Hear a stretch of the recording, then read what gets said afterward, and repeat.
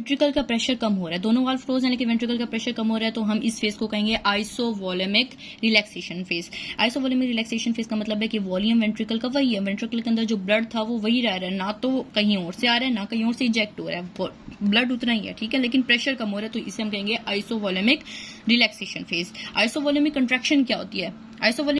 आइसोवॉल्यूमिक contraction है, ये phase हमें सेकंड में दिखती है। देखें यहाँ पे आपने देखा था कि मिट्रल वाल्व तो क्लोज हो गया था, जब भी जैसी एट्रियल कंट्रैक्शन खत्म हुई थी मिट्रल वाल्व क्लोज हो गया था, लेकिन आप देख सकते हैं कि मिट्रल वाल्व क्लोज हो गया। एओर्टिक वाल्व कब खुलता है? तब खुलता है जब वेंट्रिकल का प्रेशर 80 mmHg से बढ़ जाता है। जब तक वेंट्रिकल का प्रेशर 80 mmHg तक नहीं पहुंचता तो ये एओर्टिक वाल्व जो है वो क्लोज रहता है, ठीक है। अब मिट्रल वाल्व भी क्लोज था, एओर्टिक वाल्व भी क्लोज था। अब जो वेंट्रिकल का प्रेशर बढ़ रहा है 0 से 180 तक, देखें ये Z5 था, ये 80 तक पहुंच जाएगा। जब तक ये 80 तक नहीं पहुंचेगा ना, 80 तक पहुंचने से पहले तक इसका कोई भी एओर्टिक वाल्व नहीं खुलेगा। तो ये दोनों वाल्व क्लोज हैं, जबकि इसका प्रेशर बढ़ रहा है, तो हम इस फेज को कहेंगे आइसोवॉल्यूमिक कंट्रैक्शन फेज, क्योंकि इसके अंदर वॉल्यूम जो था वो तो उतना ही है, ना यहाँ से आ रहा है ना यहाँ से जा रहा है, लेकिन इसका प्रेशर जो है वो बढ़ रहा है। अब देखें ग्राफ में ना, जब मैं दोबारा ग्राफ को डिस्कस करूंगी तो एट्रियल प्रेशर के दौरान ना 3 वेव्स प्रोड्यूस होती हैं, 3 वेव्स याद रखनी है, A wave, C wave and V wave. A wave कब आती है? मैकेनिकल इवेंट है जो कि रिप्रेजेंट कर रहा है एट्रियल कंट्रैक्शन को। ए वेव तब प्रोड्यूस होती है जब एट्रिया कंट्रैक्ट करता है। अब देखें ए वेव तब प्रोड्यूस होगी जब एट्रिया कंट्रैक्ट करता है। अब सी वेव कब प्रोड्यूस होती है? सी वेव तब प्रोड्यूस होती है जब वेंट्रिकल का प्रेशर बढ़ रहा है, ठीक है। अब जब मिट्रल वाल्व ने क्लोज होना होता है, जब एवी वाल्व ने क्लोज होना होता है ना, तब सी वेव प्रोड्यूस हो रही है। अब जैसे मिसाल के तौर पर ये वेंट्रिकल का प्रेशर बढ़ रहा है, थोड़ा सा 5 से मजीद थोड़ा सा बढ़ेगा ना, ये मैंने पहले ही बता दिया था, 5 से थोड़ा सा बढ़ेगा तो ये मिट्रल वाल्व क्लोज हो जाएगा। लेकिन जब ये क्लोज होने लगेगा ना तो इसकी थोड़ी सी बल्जिंग हो जाएगी, जाहिर सी बात है क्लोज होगा, इस तरह से क्लोज होगा ना, ये इस तरह से क्लोज हो जाएगा, इस तरह से, तो ये बल्ज कर गया एट्रिया के अंदर, इस थोड़ा सा प्रेशर बना एट्रिया के अंदर, और इस क्लोजर के दौरान थोड़ा सा वेंट्रिकल का ब्लड जो है, थोड़ा सा वॉल्यूम ऑफ ब्लड जो है वो एट्रिया के अंदर चले जाएगा, जो कि हम फिर एक वेव प्रोड्यूस करेगा हमारे पास ग्राफ के अंदर, जिस वेव को हम कहते हैं सी वेव। जिस वेव का क्या नाम होता है? सी वेव, उसको सी वेव कहते हैं, ठीक है। अब ये सी वेव प्रोड्यूस होगी। अब एक और वेव भी प्रोड्यूस होती है, वी वेव। वी वेव भी प्रोड्यूस, अब देखें वी वेव कब प्रोड्यूस होगी, ये बात देखें। अब देखें ये बिल्कुल एंड है वेंट्रिकुलर कंट्रैक्शन का, देखें 120 तक प्रेशर पहुंच चुका है। अब उसके बाद वेंट्रिकल ने रिलैक्स करना है, ठीक है ना, तो हम कहेंगे this is the end of the ventricular contraction.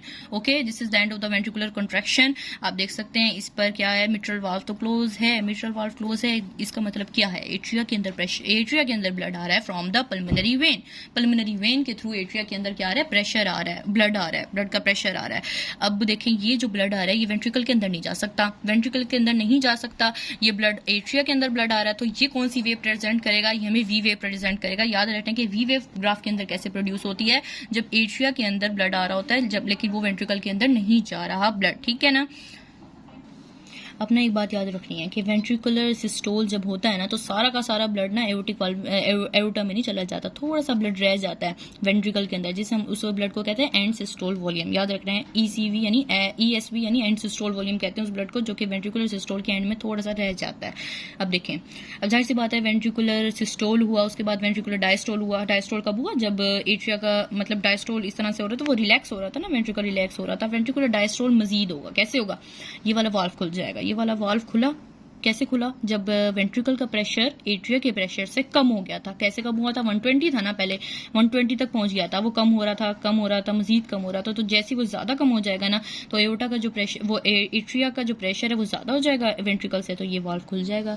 ये वाल्व खुला और ब्लड जो है वो जाहिर से भी, ये लंग्स से ब्लड जो है ना ये हमारे पास एट्रिया में है, एट्रिया से वेंट्रिकल में आ रहा है, तो ये वेंट्रिकल के अंदर ब्लड है, बढ़े जा रहा है। तो लेकिन जैसे ही वाल्व खुलता है ना तो एकदम से ब्लड आएगा, तो उसको हम कहेंगे रैपिड वेंट्रिकुलर फिलिंग, ठीक है ना, उस वाले फेज को कहेंगे रैपिड वेंट्रिकुलर फिलिंग। लेकिन जब ये वाल्व को ओपन हुए थोड़ा सा टाइम गुजर जाएगा तो ब्लड स्लोली आने शुरू होगा, उसको हम कहेंगे स्लो पैसिव फिलिंग, ठीक है। तो ये हमारे पास एक फेनोमेना होता है, हमने एंड सिस्टोल वॉल्यूम पढ़ा, यानी वो वॉल्यूम ऑफ ब्लड जो कि at the end of ventricular systole रह जाता है। फिर रैपिड वेंट्रिकुलर फिलिंग बढ़ी कि जैसे ही वाल्व खुलता फौरन से ब्लड आएगा, और स्लो पैसिव फिलिंग होती है जो कि थोड़ा सा टाइम गुजर जाता है, तो थोड़ा सा मतलब ब्लड की जो आने की शिद्दत है थोड़ी सी कम हो जाती है, ठीक है।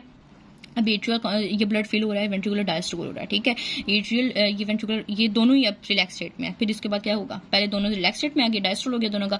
अब फिर दोबारा से एट्रियल कॉन्ट्रैक्ट करेगा, फिर एट्रिया का जो 20% ब्लड है दोबारा से यहाँ आएगा। 80% ब्लड तो ऐसे ही आ रहा था, 80% ब्लड कैसे आ रहा था, लंग से एट्रिया में, एट्रिया से वेंट्रिकल में 80% आ गया।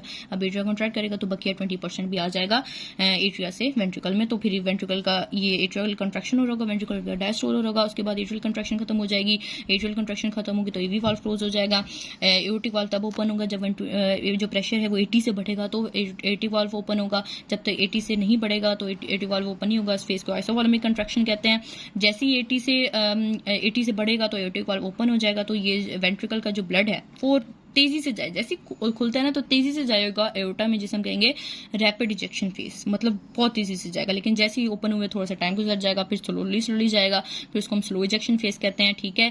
अब 120 तक पहुंच जाएगा ब्लड फिर वेंट्रिकल का। जैसे ही 120 तक पहुंचेगा तो फिर ये कम होना शुरू हो जाएगा। जब एओर्टा का प्रेशर वेंट्रिकल के प्रेशर से बढ़ जाएगा तो ये वाल्व जो है क्लोज हो जाएगा। उसके बाद से ये प्रेशर कम हो रहा है तो इससे हम आइसोवॉल्यूम रिलैक्सेशन कहेंगे, क्योंकि दोनों ही वाल्व क्लोज हैं इस दौरान। आपने तमाम फेजेस को जहन में रखना है जो पीछे डिस्कस हुए। अच्छा,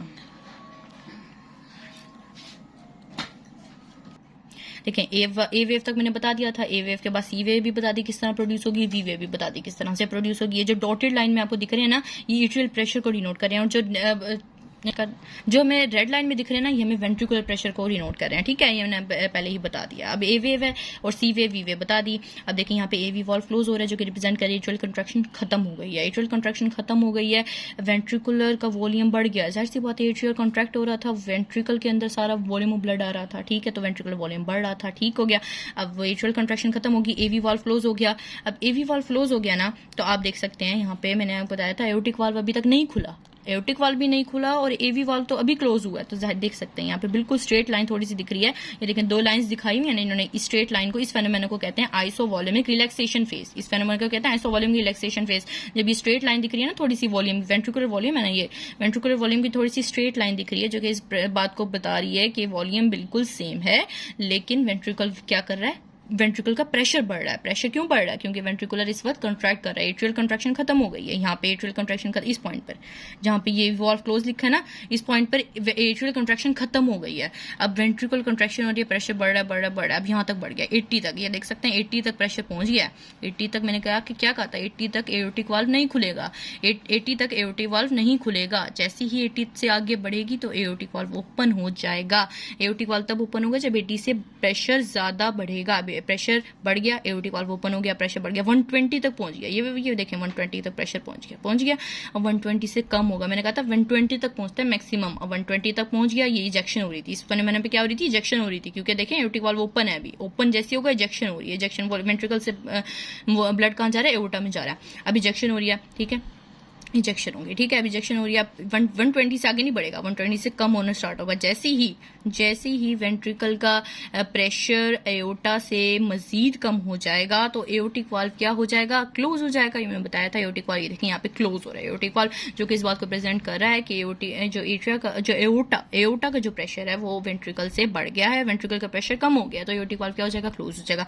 अब देखें एओर्टिक वाल्व भी क्लोज है, अभी तक मिट्रल वाल्व भी नहीं खुला। अभी तक क्या नहीं खुला, मिट्रल वाल्व भी नहीं खुला है, जबकि प्रेशर कम हो रहा है, लेकिन एओर्टिक वाल्व भी क्लोज है। एवी वाल्व भी यहाँ पे खुलना है, अभी तक नहीं खुला, लेकिन यहाँ पे खुलेगा, अभी यहाँ नहीं खुला। तो देखें यहाँ पे आपको थोड़ी छोटी सी, ये देखें इस सीध, बिल्कुल इस लाइन की सीध में, यहाँ इस लाइन की सीध में आपको आइसोवॉल्यूमिक कॉन्ट्रैक्शन दिखाई गई थी। इस लाइन की सीध में आप देखें, ये वाला जो थोड़ा सा वॉल्यूम है ना, ये जो लाइन है ब्लू लाइन, ये थोड़ी सी बिल्कुल स्ट्रेट है, जो कि बता रही है this is the isovolumic relaxation phase. Isovolumic relaxation यानी वॉल्यूम वेंट्रिकल का सेम है, जबकि उसका प्रेशर जो है वो कम हो रहा है, उसका प्रेशर कम हो रहा है।